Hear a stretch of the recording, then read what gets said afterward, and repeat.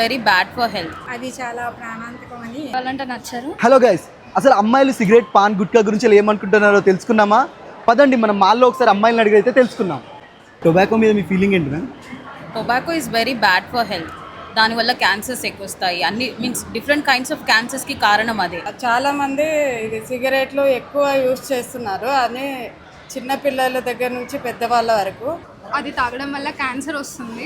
So better major people tobacco నుంచి దూరంగా ఉండడం చాలా బెటర్ అనిపిస్తుంది. Thank you ma'am. Please don't use cigarette and alcohol also. Tobacco అనేది పీపుల్కి చాలా హార్మ్ఫుల్.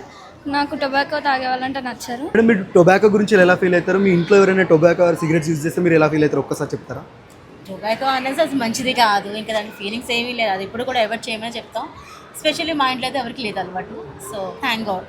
బట్ బయట వాళ్ళని కూడా చేయకపోతేనే బెటర్. హెల్త్ కన్నా ఇంకేం మంచిది లేదు కదా. సో అనేది దాన్ని అవాయిడ్ చేస్తే బెటర్.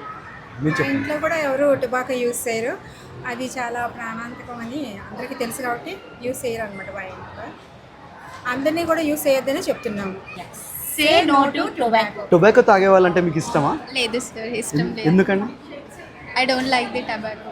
సో ఈ నో టొబాకో డే నుంచి అయితే మీరు టొబాకోని క్విట్ చేయండి. మీ హెల్త్ అయితే చాలా జాగ్రత్తగా చూసుకోండి. Leave tobacco before it leaves you. World's no tobacco day, May 31st. Say no to tobacco. Say no to tobacco. Say no to tobacco.